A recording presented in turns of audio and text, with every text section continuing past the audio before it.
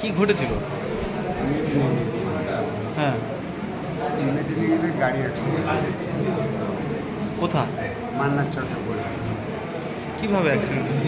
Bike আসছিল, বাইকটা বাঁচাতে গিয়ে একবারের গায়ে ধাক্কা মেরে। কতজন ছিল? ছিলাম অন্তত 20-22 জন। আপনার বাড়ি কোথায়, কোথা থেকে এসেছে? আমি করালি চক থেকে। আমার নাম? অজয় হালদার।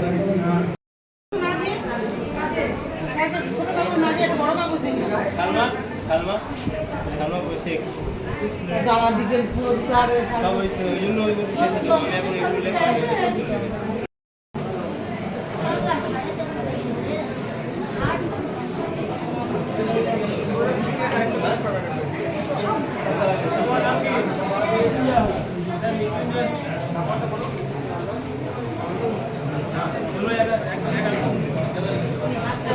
বাড়ি কোথায় জানি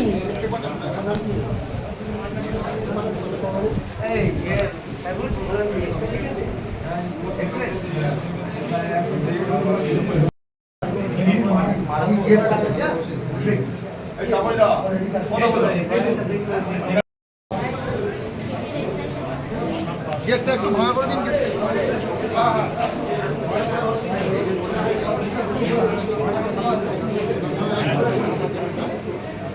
শান্তি দাও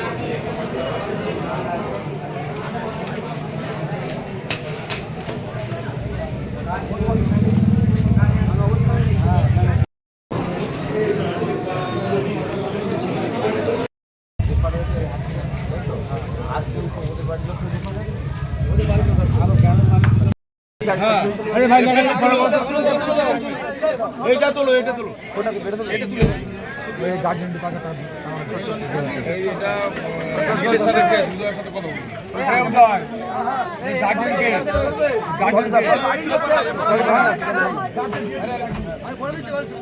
আরে ভাই তুই এখানে আয় না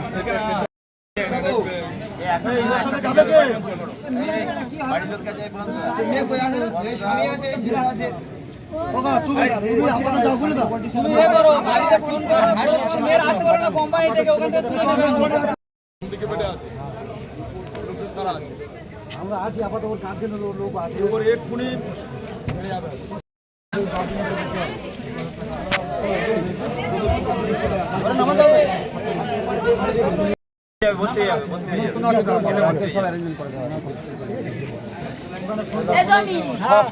লোক দাঁড়িয়ে আছে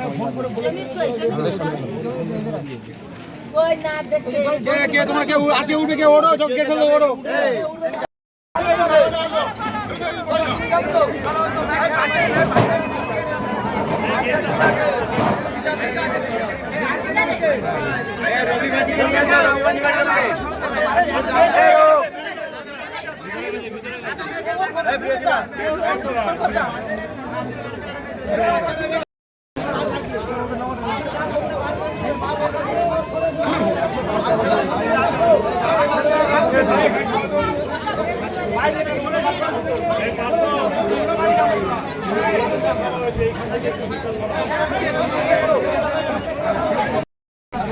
টাকা দিয়েছে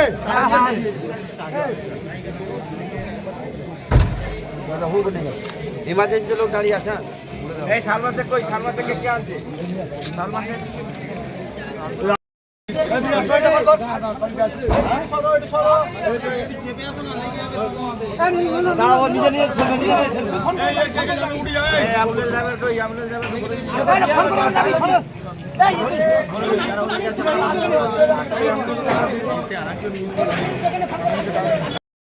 এই তো দাদা চলো এরপরে ভর্তি করে দেবে